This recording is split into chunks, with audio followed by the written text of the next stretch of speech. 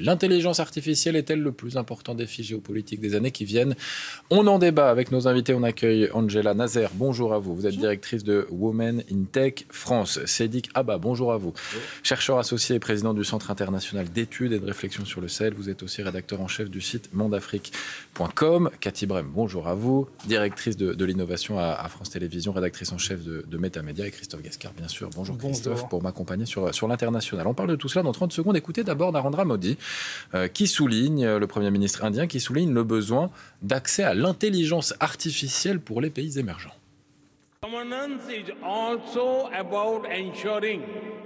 La gouvernance, c'est également garantir un accès universel, notamment dans l'hémisphère sud. C'est dans le sud que les capacités manquent le plus, que ce soit les talents, les données ou même les ressources financières. Chers amis, l'IA peut nous aider à transformer des millions de vies en améliorant la santé, l'éducation, l'agriculture et bien d'autres domaines encore.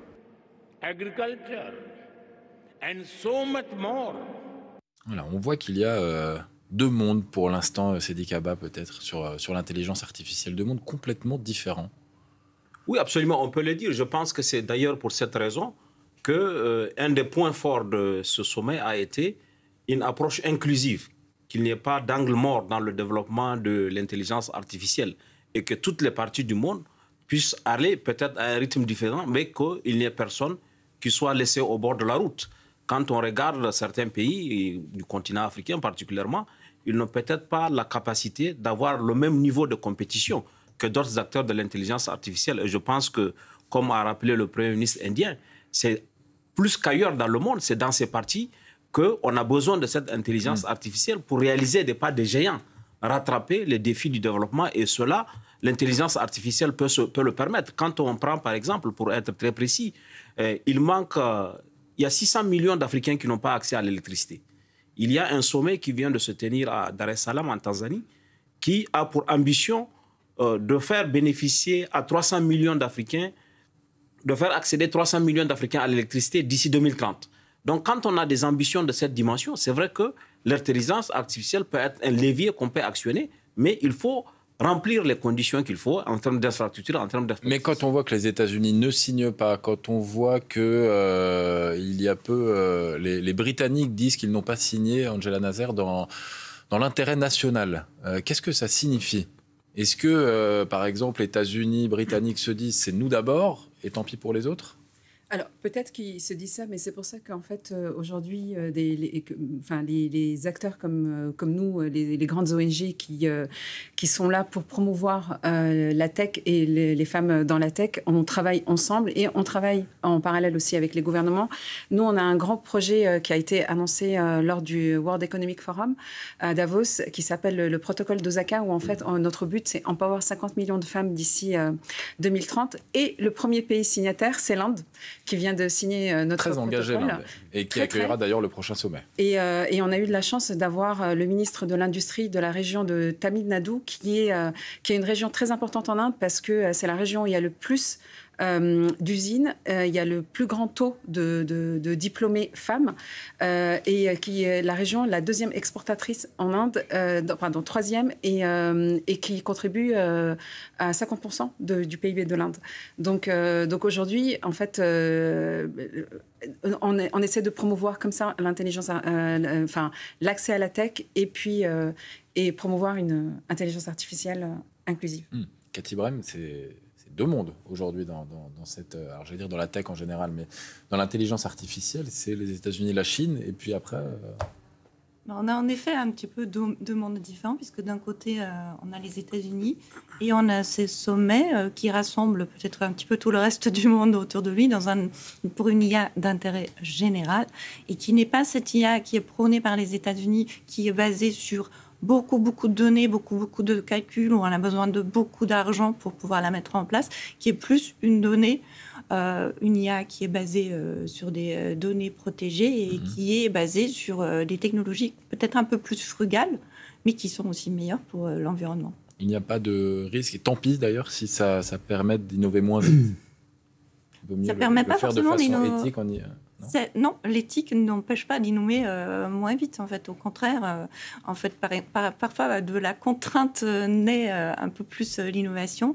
Et donc, on arrive, par exemple, dans des pays comme l'Inde, à innover peut-être beaucoup plus qu'aux États-Unis, parce qu'on a des contraintes techniques, des contraintes d'infrastructure qui sont beaucoup plus grandes, et peut-être aussi des contraintes économique, et c'est pour cela, par exemple, qu'il y a beaucoup plus de filles qui suivent des parcours scientifiques, parce que dans des pays comme la France, où on peut se permettre le luxe de faire des études de lettres, on a beaucoup moins de filles qui suivent ces parcours-là. Christophe Gascar, est-ce que le prochain leader sur l'intelligence artificielle sera le prochain maître du monde? C'est Vladimir Poutine qui disait ça en 2017. C'est bien la raison pour laquelle, finalement, l'intérêt de ce sommet, c'est de tordre le bras ou le cou à ceux qui pensent que le multilatéralisme, c'est terminé. Et on le voit bien avec l'arrivée de Donald Trump, c'est un peu chacun dans son coin. Ce qu'a fait Emmanuel Macron, c'est qu'il a au moins repositionné tous les acteurs au centre de la table, ce qui est plutôt bien, parce qu'on le voit sur ces images. Et sans nul doute, ils vont se parler aussi dans les coursives. Et c'est là où il y a des choses qui se passent. Donc c'est toujours utile dans un monde globalisé que les Indiens rencontrent les Européens de la même manière que l'on rencontre le vice-président américain, le numéro de l'exécutif, qui d'ailleurs pour la première fois venait rencontrer, c'était son premier déplacement à l'étranger, et surtout après une annonce quand même très importante ces derniers jours, qui était le lancement de Stargate, qui était un plan d'IA. Qu'est-ce que c'est alors Stargate? Parce que tout le monde en parle, ça a l'air d'être monstrueux. Alors ce n'est pas un film de Netflix, c'est le nom de code finalement de cet investissement gigantesque prôné donc par le président américain à hauteur de 500 milliards de dollars. C'est énorme. Au moins là, aujourd'hui, on voit que nous, de notre côté, on va avoir un plan à nous qui est à notre mesure, qui est de 200 milliards. C'est déjà beaucoup, c'est déjà pas mal, j'allais dire.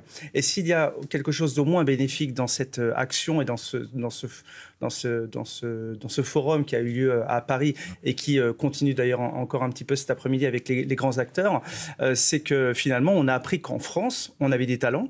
On a appris que le cofondateur de Mistral, Arthur Mensch, avait seulement 32 ans, qu'il avait lui aussi fait une levée de fonds très importante, et ça c'est plutôt bénéfique en fait. Plutôt que de rester les bras croisés en disant regardez ce que font les Américains, de toute façon on est complètement à la peine, eh bien au moins on essaye d'être peut-être pas leader, bien évidemment, on ne l'est pas l'Europe, mais elle a son poids et elle peut peser face aux géants chinois, américains ou indiens. Vous parliez des 200 milliards annoncés pour l'Europe. Écoutez justement à ce sujet Ursula von der Leyen, qui est la présidente de la Commission européenne. Dans ce contexte, je salue l'initiative des champions européens en matière d'IA qui prévoit 150 milliards d'euros. Et je suis heureuse d'annoncer aujourd'hui que nous pouvons nous-mêmes rajouter 50 milliards d'euros pour cette industrie. L'objectif est de mobiliser un total de 200 milliards d'euros pour les investissements de l'IA en Europe. Angela Nazer, c'est bien, 200 milliards d'euros? C'est très bien. D'ailleurs, je n'ai pas compris si c'était en plus des 109 millions d'Emmanuel Macron.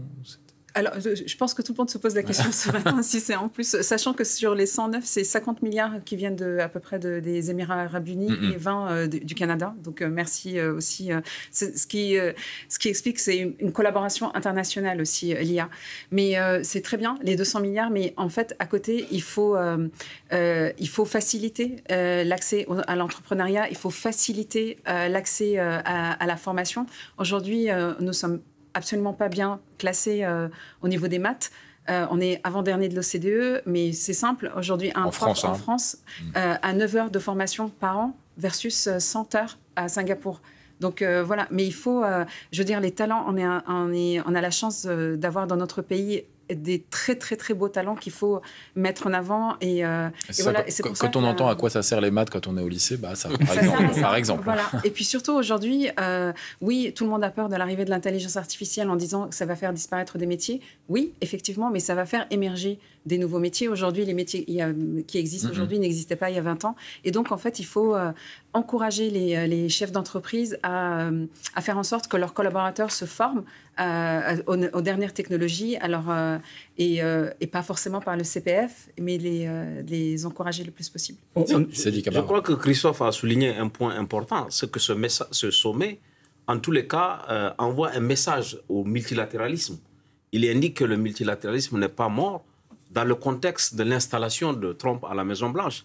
Une des initiatives qu'il a prises, c'était de sabrer l'aide publique au développement.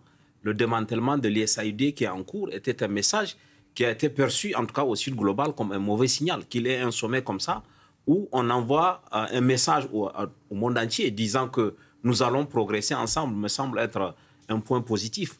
La question du financement est importante. C'est vrai que 200 milliards, c'est encore loin de ce dont on a besoin, mais c'est déjà un premier pas. Maintenant, après, il faudra envisager les autres défis, les défis en matière d'infrastructure, les défis en matière d'expertise. On en a parlé.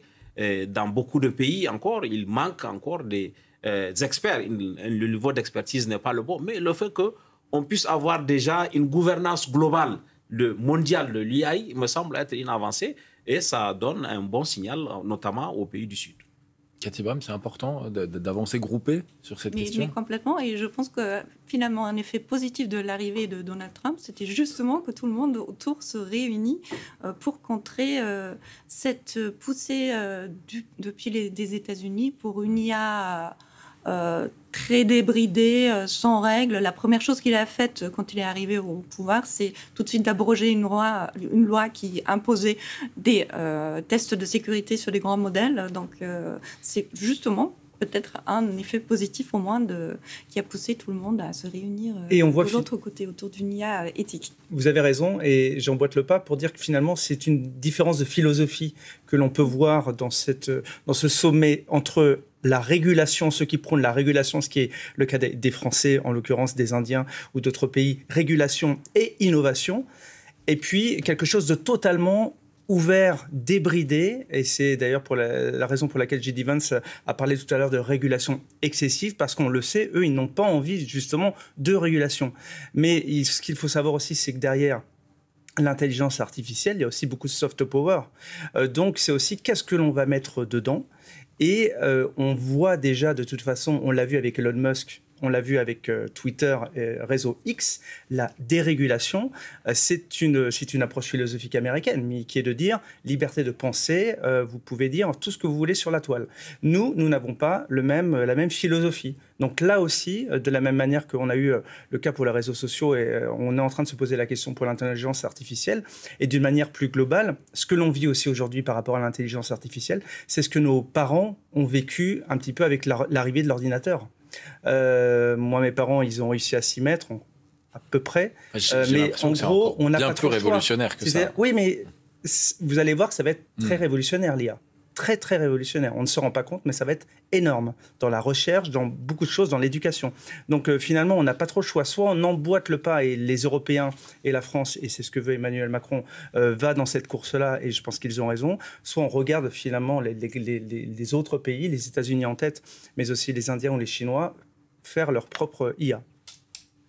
Et justement, pour rebondir encore une fois là-dessus, on peut essayer de copier les Américains dans leurs grands modèles, mais on peut aussi justement aller chercher des solutions beaucoup plus intelligentes, comme l'a fait la Chine, ou des modèles beaucoup plus petits, qui nous permettront d'être réellement dans la course. On n'est pas obligé d'aller au plus grand modèle d'intelligence artificielle. Par exemple, quand la Chine sort DeepSeek, c'est une réponse à ChatGPT. Justement, est-ce qu'on est aussi dans la réponse géopolitique à ce moment-là ? De toute façon, entre la Chine et les États-Unis, on est toujours dans une réponse géopolitique et de pouvoir qui ne sont même pas que des soft power, qui sont du vrai pouvoir économique et d'influence politique.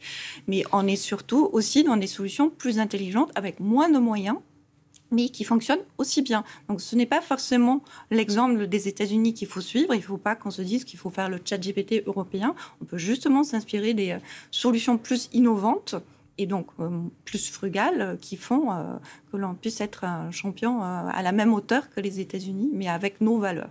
Mais par exemple, vous parlez de valeurs, il y a des valeurs différentes selon les pays, selon les régions du monde, chacun a ses valeurs. Et est-ce qu'il n'y a pas une crainte de voir ces intelligences artificielles qui adopteraient les valeurs, qui développeraient les valeurs d'une certaine région, d'un certain pays? J'imagine que DeepSeek ne répond pas les mêmes choses que ChatGPT. Non, on peut convenir d'une charte commune avec un certain nombre de valeurs sur lesquelles on peut être d'accord. Maintenant, la dérégulation que les Américains prônent, ça pose, à mon avis, ça crée deux mondes. Le monde où on ne règle rien, on fait tout ce qu'on veut, et le monde c'est vrai qu'il y a des bénéfices, il y a des retombées, des dividendes à tirer de l'intelligence artificielle, mais on essaie d'encadrer parce qu'il faut prendre conscience aussi qu'à côté des avantages de l'intelligence artificielle, il y a des dérives. On peut fabriquer l'image d'une scène de crime, on peut imputer à quelqu'un ce qu'il n'a pas fait, on peut dupliquer l'identité de quelqu'un. Donc il y a des dérives qu'il faut encadrer, et cet encadrement, je pense, ne peut se faire que si on se met d'accord sur un certain nombre de valeurs éthiques. Et je crois que le sommet de Paris a été très clair. Qu'on veut une intelligence artificielle qui est encadrée par une certaine éthique. Sinon, on va dans tous les sens. Sinon, on pourrait dire à ChatGPT, ou en l'occurrence au chat, comment créer une bombe artificielle dans mon garage ou avec du nucléaire. Si on n'encadre pas l'intelligence artificielle pour dire non, ce n'est pas possible, je ne peux pas répondre à votre demande, elle n'est pas dans des cadres normaux, on ouvre. L'objectif de l'intelligence artificielle, c'est de la rapprocher le plus possible de l'intelligence humaine. Donc, si je vous demande comment créer une bombe artisanale, peut-être que vous n'allez pas me répondre en me disant... En fait, oui, mais ça existe. L'intelligence humaine, c'est le faire. Ça ne veut pas dire qu'il faut le laisser au plus grand nombre. C'est vrai. Voilà, c'est là la difficulté. Angela Nazer. Mais il est en fait, aujourd'hui, tous ces moteurs-là, ils sont paramétrés par des êtres humains. Donc, si ces êtres humains ne font pas les choses correctement, forcément... Et puis aujourd'hui, quand vous faites... je pense que ça nous est arrivé à tous. Aujourd'hui, ChatGPT, au bout d'un certain temps, répond parce qu'il vous connaît. Et donc, il répond en connaissant votre personnalité. Donc, il est totalement biaisé. Et aujourd'hui, il n'est pas du tout... ces moteurs-là ne sont absolument pas neutres. Donc, il faut... c'est très beau, tout ce qu'on annonce, parce que là, on annonce aussi un projet à la hauteur, parce que le président de la République a appelé ça le nouveau projet Notre-Dame. Donc, oui, c'est top. Mais aujourd'hui, en France, on n'a que 700 entreprises qui sont spécialisées en intelligence artificielle versus 17 000 aux États-Unis. Mais c'est simplement... Il en faudrait combien pour concurrencer? Non, il faut faciliter la recherche, il faut donner envie aux gens aujourd'hui être chercheurs en France. C'est-à-dire mieux former, que ça coûte moins cher. Voilà, et puis surtout redonner envie à toutes ces personnes d'aller vers ces métiers-là, parce qu'aujourd'hui ils ne sont pas assez valorisés, et donc nos meilleurs talents partent à l'étranger, et c'est dommage. Et puis faciliter aussi la création d'entreprises dans ces domaines-là, et voilà, pour moi c'est des choses très simples, et puis donner accès au numérique aux petits garçons et aux petites filles dans l'école, et vraiment dès le plus jeune âge. Et je pense que c'est la mairie de Paris qui lance un nouveau projet là avec pour l'école du no-code, qui sera gratuite et qui sera accessible à partir de la maternelle. Je crois que c'est un monsieur qui s'appelle Paul Hatt qui lance ce projet très bientôt. Donc je trouve qu'il faut saluer ces projets-là. Il y a une différence quand même aussi philosophique quand on parle effectivement des chats de l'IA aux États-Unis ou en Chine. Si vous tapez par exemple, et on a fait le test avec nos correspondants à l'étranger dans un reportage pour le 20h de France 2 hier, si vous tapez notamment 4 juin, qui est la date de la place Tiananmen, donc du massacre de Tiananmen, le chat américain bien évidemment va y répondre, il va parler de ce massacre, et de l'autre côté, le chinois ne va pas y répondre. Mais ça existait déjà sur Internet. Donc vous avez raison. Tout dépend de ce que l'on met, et ça reste quand même l'IA, ça reste quand même de l'humain derrière. Donc c'est pour moi l'encadrement, la régulation doit être au moins, si ce n'est l'alpha mais l'oméga de l'intelligence artificielle, mais au moins le cadre qui permette à tous de l'utiliser correctement. Sinon, on ira avec des dérives qui, à titre personnel, pourraient être terribles. Il y a effectivement le cadre, mais il y a aussi l'éducation, puisqu'il faut expliquer aux gens que ce sont des outils qui ne sont pas neutres, ce ne sont pas des moteurs de recherche où on peut chercher de façon extrêmement pousser des résultats, mais ce sont bien des machines qui sont influencées, comme d'ailleurs, de toute façon, c'était déjà le cas avec les réseaux sociaux, puisque TikTok est aussi un outil de soft power chinois, contrairement à ce que l'on pourrait penser. C'est pour ça que, justement, ChatGPT était dans le viseur des équipes de Trump pendant les élections, parce qu'il était totalement biaisé, il était démocrate, et donc on lui posait des questions où il était censé donner une réponse neutre. Elle était absolument pas neutre. J'ai fait le test avec mon équipe plusieurs fois et c'était assez marrant. Donc je pense que c'est pour ça qu'Elon Musk a annoncé vouloir racheter OpenAI. Et voilà, donc c'est aujourd'hui... mais bon, moi, je conseille toujours aux gens autour de moi, quand on a une question à poser, de la poser à plusieurs moteurs. Aujourd'hui, on a le choix et de regarder et de prendre... à la réponse qui nous convient le mieux. Ça, il faut presque faire un travail de journaliste, de recouper les sources. Exactement. Bon, là, on est dans l'intelligence artificielle générative, hein, c'est comme ça qu'on dit, mais ça va être beaucoup plus poussé. Est-ce que ça peut mener les pays, les intérêts étant tellement immenses et importants, ça peut pousser les pays, comme disait Elon Musk, à une troisième guerre mondiale? Je ne sais pas si ça peut aller jusqu'à la troisième guerre mondiale. C'est qu'en fait, il y a une compétition aujourd'hui. Et qui dit compétition dû aussi volonté de gagner. Mais est-ce qu'on peut la comparer à quelque chose, je ne sais pas, la guerre des étoiles, l'envie de la conquête spatiale c'est sûr qu'il y aura une volonté de compétition, une volonté d'influence. La Chine est déjà présente beaucoup en Afrique sur le plan économique. Il est évident qu'elle va utiliser cet avantage pour avoir encore plus d'influence. Si elle offre un transfert de technologie et un transfert d'infrastructures, vous savez, la Chine a fait avec les pays africains une sorte de troc où, en échange de matières premières, elle construit des infrastructures routières, elle construit des aéroports, des chemins de fer. Il n'est pas exclu que, dans le cadre de sa présence déjà avancée, qu'elle puisse voir comment elle peut faire avancer sur le plan de l'intelligence artificielle. C'est une crainte, ça, en Afrique ou pas? Qu'il y ait une bataille sur le sol africain pour venir implanter, je ne sais pas, des immenses serveurs. Il y a des craintes, il y a une crainte légitime. On voit dans le contexte géopolitique africain aujourd'hui, la rivalité entre la Russie et l'Ukraine est même venue au Sahel, où d'un côté, les Ukrainiens soutiennent les ex-rebelles maliens, de l'autre côté, la Russie soutient le gouvernement de Bamako. Donc, c'est des enjeux géopolitiques, à mon avis, que l'intelligence artificielle aussi va devoir porter. Maintenant, il appartient aussi aux pays africains de s'organiser pour avoir une voix, peut-être au lieu d'avoir 54 voix sur le continent, que l'Afrique puisse s'organiser, avoir une voie continentale, avoir une approche continentale. Et en ce moment, elle pourrait mieux peser dans les rapports. Si un pays comme la Guinée équatoriale, qui a 1,5 million d'habitants, se met face à la Chine, qui a 1,5 milliard, c'est clair que le match est totalement déséquilibré. Donc, l'Afrique doit s'organiser. Il y a quoi comme atout en Afrique pour pouvoir développer ces IA il y a les terres et il y a l'eau, j'imagine. Enfin, il y a quoi comme atout à mettre en avant pour il y a les ressources. Pour faire du troc, comme vous avez dit. Oui, il y a les ressources, les matières premières que les pays ont. Il y a une jeunesse, surtout en Afrique. L'Afrique est le continent le plus jeune. L'âge médian en Afrique est de 21 ans, alors qu'il est de plus de 40 ans en Europe. Donc, il y a une jeunesse qui est aujourd'hui férue de réseaux sociaux. Vous savez, l'Afrique est le continent où la pénétration du téléphone mobile est la plus rapide. Donc, il y a des choses, des atouts que l'Afrique peut capitaliser. Et les défis aussi, les défis sont plus immenses en Afrique. Aujourd'hui, on a vu avec l'intelligence artificielle qui a commencé à être mise en œuvre, on peut, grâce à certains algorithmes, détecter des maladies dans les champs et y remédier.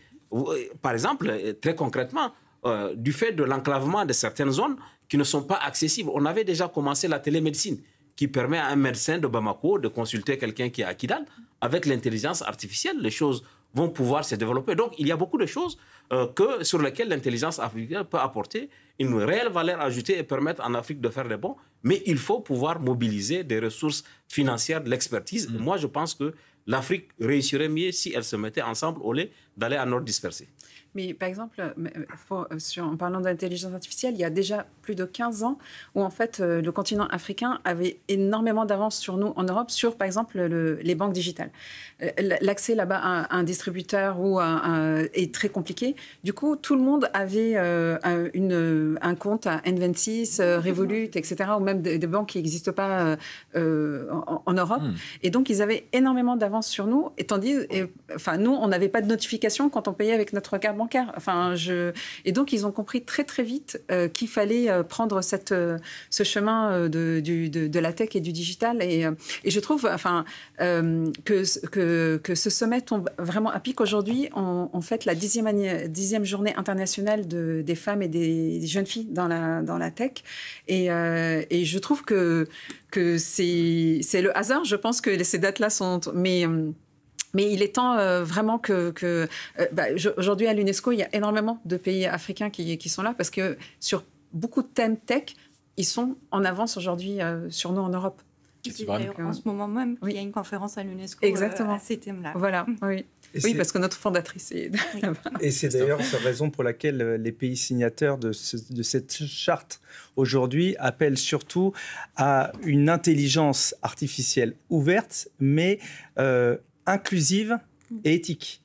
Et c'est la raison pour laquelle, et on le comprend bien vu ce qui se passe avec cette bataille contre le wokisme aux États-Unis de Donald Trump, que les États-Unis n'ont pas envie d'avoir une intelligence artificielle inclusive et éthique parce que ce n'est pas dans leur mindset, j'allais dire, pour utiliser un mot anglo-saxon.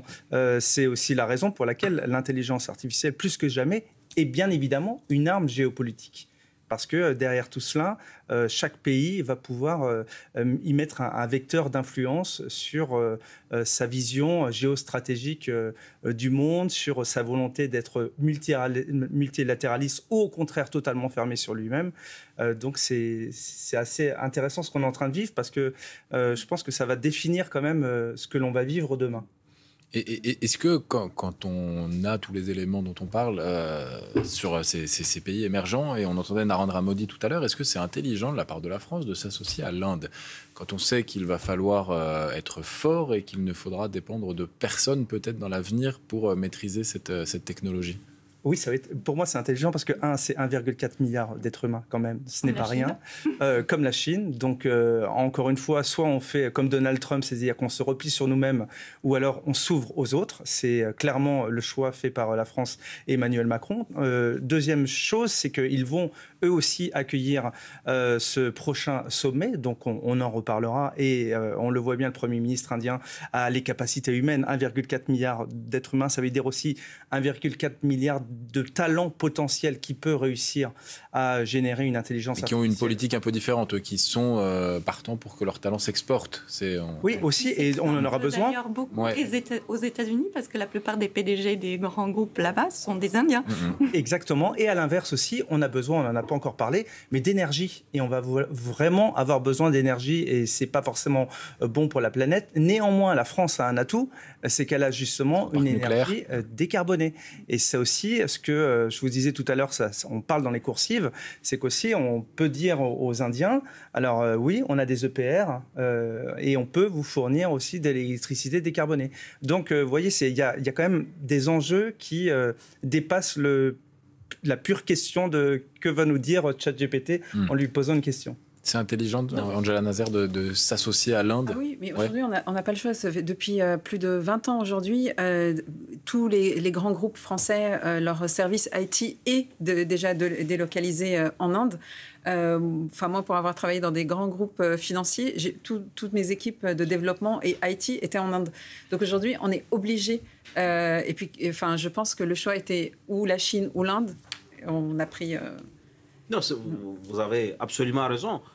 Dans le multilatéralisme actuel, beaucoup de gens, quand on part en Occident, beaucoup de gens aujourd'hui font peut-être même une fixation sur la Russie en Afrique, en disant que la Russie est devenue très influente, elle va évincer le reste du monde.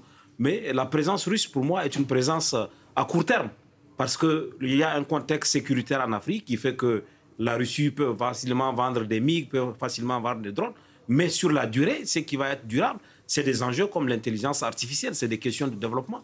Et vous avez à juste raison, et d'ailleurs en début d'émission j'en parlais, la question de l'énergie, par exemple, en Afrique est une question importante.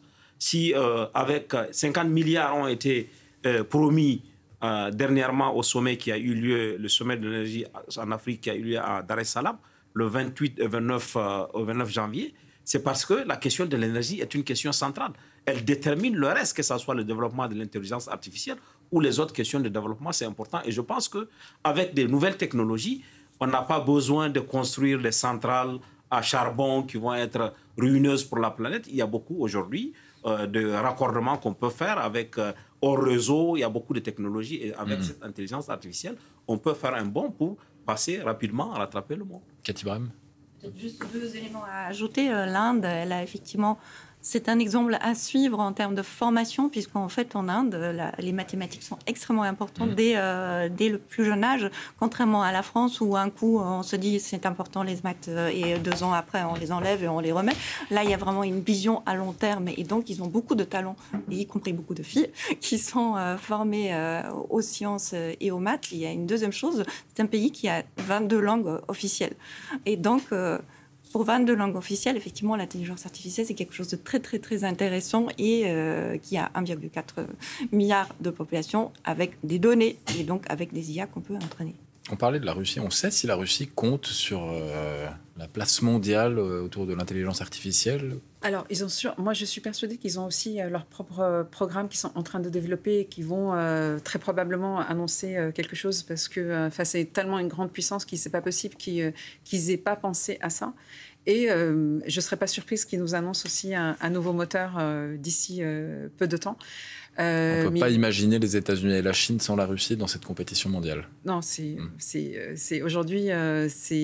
mais voilà, encore une fois, il faut que... C'est pour ça que aujourd'hui, pensez plus que jamais européen, pensez tous ensemble. Il faut qu'on ait un vrai moteur et puis qu'on soit assez puissant pour contrer tout ce qu'il y a autour de nous. Européens avec des partenaires à l'international en plus pour nous renforcer. Et effectivement, juste pour revenir vers la Russie, on a aujourd'hui déjà un Internet qui est très, très fragmenté. En fait, la Russie a son propre Internet, a ses propres réseaux sociaux qui ne sont pas du tout ceux des États-Unis. Et la Chine, c'est la même chose. Et donc, ils ont beaucoup de talents en mathématiques parce que là encore, dans la formation, et c'est un héritage peut-être du communisme, on a vraiment une égalité parfaite entre filles et garçons à l'école autour des matières scientifiques, là où en France, le plus grand autour des maths entre garçons et filles. Bon, l'intelligence artificielle va-t-elle rebattre les cartes de l'ordre mondial? C'est une question qu'on vous pose, peut-être que vous vous posez. Et on vous répond sur France Info. Vous pouvez continuer à nous poser vos questions avec le QR code qui s'affiche en bas à droite de l'écran. Et Séverine Larouille nous a rejoint. Bonjour Martin, bonjour à tous. Vous pouvez continuer à les poser ces questions. Martin, il vous l'a dit, avec le QR code. Moi, je les pose à nos invités. Il y a de nombreuses questions et de nombreuses inquiétudes sur la tablette concernant l'IA. Alors d'abord des inquiétudes... on en a déjà parlé sur ce plateau concernant l'emploi. M nous demande participer à la course de l'IA, d'accord, mais ne risque-t-on pas de se précipiter dans un gouffre social par manque de préparation à la transition des métiers? Mais justement, c'est aujourd'hui plus que jamais, il faut encourager les personnes à faire des formations. Il faut que par exemple, France travaille un peu plus sur la reconversion vers les métiers tech, encourage les personnes à utiliser leur CPF et à se former. Aujourd'hui, je pense que notre plus grande lacune, c'est la formation et c'est le manque d'information. Les gens ont très peur de l'arrivée de l'intelligence artificielle. Pour moi, c'est juste... Ça a été anticipé pour l'instant dans l'information. Voilà. Non, pas du tout. On est déjà en retard. En fait, on est très en retard. On est vraiment en retard. Et donc, c'est vraiment plus que jamais... et il faut mettre les bouchons doubles, si je peux me permettre. Et voilà, ça commence à l'école, ça commence dans les entreprises. Et on a tous les outils et on a tous les talents pour accompagner ça. Très, très vite. Maintenant, on est déjà dedans. On est déjà dedans. Alors, Jordan, lui, il se pose des questions sur l'ordre mondial. Ce que vous disiez, Martin, c'est aussi le thème de cette heure consacrée à l'IA. Jordan nous demande, ne sommes-nous pas à l'aube d'un monde où l'IA va renforcer le pouvoir des dictatures? C'est Dikaba. Non, je ne pense pas que l'IA va renforcer le pouvoir des dictatures, mais il y a un risque qu'il y ait une domination. Il faut prendre garde à ce qu'il n'y ait pas, une superpuissance, une ultra-puissance qui écrase le reste du monde. Et là, il y a une volonté d'hégémonie de la part des États-Unis en faisant bande à part. Donc je pense que la régulation mondiale que le sommet de Paris tente de faire va faire une sorte de multilatéralisme, si on en convient, avec une charte qui va permettre d'éviter, et ça pour moi c'est un enjeu important, que des parties entières du monde soient laissées au bord de la route, qu'il y ait des angles morts dans le développement de l'UA, mais apparemment avec le sommet qui vient de se faire, il y a quand même une volonté de multilatéralisme et une volonté d'empêcher qu'il y ait une hégémonie, et pour la désigner, une hégémonie américaine. Alors on le sent, dans les questions qu'on reçoit, que l'IA, elle suscite des interrogations de l'ordre de la dystopie, de la science-fiction. Joe, enfin en tout cas de la projection. Joe, il nous demande, le danger n'est-il pas de laisser l'IA comme arme de manipulation aux mains des milliardaires? Cathy Brem. En fait, on a déjà des armes de manipulation entre les mains des milliardaires qui sont les réseaux sociaux qu'on utilise tous les jours aujourd'hui. Par exemple, le Facebook, c'est un petit peu l'agora mondiale où tout le monde peut s'exprimer et qui n'est pas tellement réglementé non plus. Et donc, il faut que l'on puisse appliquer des règles que l'on s'impose sur ces réseaux sociaux déjà, puisqu'en plus, c'est sur ces réseaux sociaux que les fausses nouvelles fabriquées avec l'IA sont diffusées aujourd'hui. Donc, c'est vraiment extrêmement important de comprendre comment fonctionnent ces technologies pour pouvoir trouver ensuite les règles pour les réglementer et les contraindre un petit peu. Mais justement, Harold, il nous parle de régulation et de réglementation. N'est-ce pas un risque de laisser l'IA se développer sans une charte internationale sur l'éthique et les limites à ne pas franchir? Nous avons déjà en Europe le AI Act, mais je pense qu'au niveau international. Et puis, donc, il faut juste bien l'appliquer. Je sais que, en fait, comme c'est très... la frontière est très fine parce qu'en fait, comme les réseaux sociaux se cachent derrière le fait que les serveurs sont à l'étranger, donc du coup, il n'y a pas de modération, etc. Donc il existe et il faut pouvoir l'appliquer comme il le faut, en fait, pour protéger... au niveau européen. Au niveau européen. Mais au niveau international, rien n'existe pour... Non, rien n'existe et je... C'est l'objet de la question d'Harold, je pense. Oui, non, aussi. Oui, voilà. Également. Mais ça va être très, très compliqué parce qu'en fait, là... Comme en fait, l'IA aussi, c'est une arme politique, chacun a ses objectifs et ça va être compliqué de faire... d'arriver à réglementer au niveau de se mettre tous d'accord autour d'une table. Et déjà, si se mettent tous d'accord sur une modération saine, ça serait bien. Ce serait déjà un premier pas. Harold qui nous demande également, les data centers deviendront-ils des cibles militaires prioritaires lors de futurs conflits? Est-ce que les data centers... C'est pour vous, Cathy Brem. Oui. Alors, réfléchissez bien. C'est comme les centrales nucléaires. Toutes ces infrastructures sont en effet très, très, très importantes. Et donc, on sait déjà protéger nos centrales nucléaires. Donc, il faudra protéger aussi les data centers. Donc, encore une fois, en collaborant et en travaillant avec nos partenaires autour de nous. Oui, les data centers, on peut imaginer que ça devienne... Les centres de données, d'ailleurs, si on le dit en français. En bon français. Merci beaucoup, Cathy Brem. Vous avez raison. Parlons en bon français, les centres de données. Marine nous pose une question. On l'a un petit peu abordé, mais j'aimerais qu'on y revienne. Ne devrait-on pas former les gens à reconnaître du contenu fait par l'IA ainsi que les fake news en premier? Alors, la réponse de nos spécialistes, c'est oui, mais comment on peut former les gens à reconnaître du contenu fait par l'IA? Justement, plus on les formera, plus... Mais comment on apprend à reconnaître, de manière très concrète, en fait? Comment on peut reconnaître du contenu généré par une IA? C'est de l'éducation aux médias. Il faut faire de l'éducation dans les écoles, à la maison, pour montrer aux gens que tel contenu est fabriqué, tel contenu est fait par la machine et non par l'homme. Ça, c'est un enjeu important, cette éducation aux médias, cette éducation à l'IA, pour éviter pour développer le niveau de vigilance des personnes, des usagers. Par exemple, je pense qu'aujourd'hui, il faudrait intégrer dans les programmes de l'éducation nationale un programme vraiment tech IA pour apprendre dès le plus jeune âge à décortiquer une information, à savoir où aller chercher l'information, à se questionner et à se remettre en question. Mais encore une fois, c'était maintenant. Ça a déjà commencé. C'est déjà en cours parce qu'on est déjà avec le CLEMI, puisqu'on fait de l'éducation aux médias et à l'information et à l'intelligence artificielle.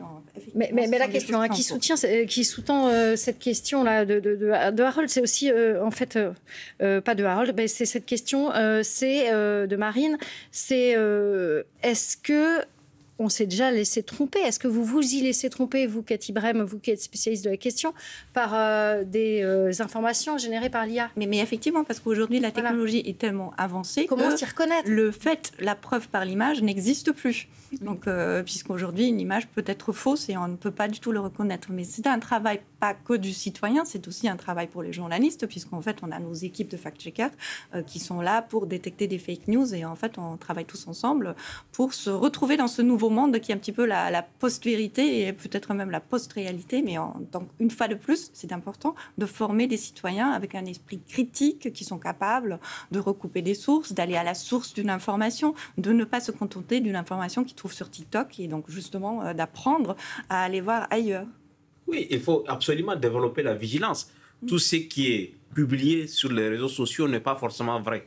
Donc, il faut qu'on amène aux gens. Si moi, je viens du Niger, qui est là-bas au Sahara, le désert, si on vous dit que la neige est tombée à Niamey, où il fait 45 degrés, vous devez quand même développer un certain niveau de vigilance pour comprendre, pour pouvoir être vous-même capable d'avoir le doute nécessaire et puis après procéder à la vérification. Il y a une donnée qui pardon. Il y a une donnée qui m'a fait très peur. Plus de 70% des Américains prennent des informations sur TikTok, sachant qu'en fait, ils suivent que des comptes d'influenceurs. C'est pas des comptes médiatiques ni de comptes de journalistes. Donc en fait, non, mais ils ont l'impression de s'informer quand même. Voilà, exactement. Et c'est ça qui fait peur en fait. Yann, justement, il nous demande. Alors là, il parle de création, de création culturelle. Combien de temps avant que le Goncourt soit attribué à quelqu'un qui aura laissé l'IA écrire un livre entier à sa place? Réalité ou science-fiction? Combien de temps? Moi, je pense que ce ne sera pas pour de si vite, puisqu'en fait, aujourd'hui, on voit bien que les IA fabriquent des contenus très plats, pas du tout intéressants. Et si, en plus, les IA vont s'entraîner eux-mêmes sur du contenu fabriqué par l'IA, ça devient encore plus plat. J'ai vu hier, dans une des tables rondes du sommet de l'IA, justement, un réalisateur qui était en train de défendre le copyright et tout ce qui est droit d'auteur, parce que, justement, l'IA, elle a besoin des créatifs, elle a besoin des humains, parce que sans cette richesse de contenu, en fait, elle ne peut pas Mais on avancer. en est aux premières générations d'IA, donc on peut imaginer qu'elle s'améliore également. D'où l'intérêt maintenant, encore une fois, de réglementer, de réguler l'IA et de limiter un peu le contenu dont elle peut se nourrir sans aucune contrepartie. Alors la dernière question, je pense, parce que le temps qui nous est imparti, c'est cool, Corentin, cette question elle est importante. Est-ce durable l'IA d'un point de vue des ressources planétaires? Ah non, pas du tout. Non, mais ça pose une question, oui. parce qu'on parle aussi des défis pour la planète, et là on parle oui. de défis qui paraissent contradictoires. Oui, c'est complètement contradictoire et c'est pas du tout. L'IA, c'est pas écolo. Donc, oui, c'est. Mais à un moment, mais comme l'IA justement nous aide dans les recherches contre le cancer, contre plein de je trouve que c'est tout ça se compense, mais voilà. C'est quand même tout paradoxe. Exactement.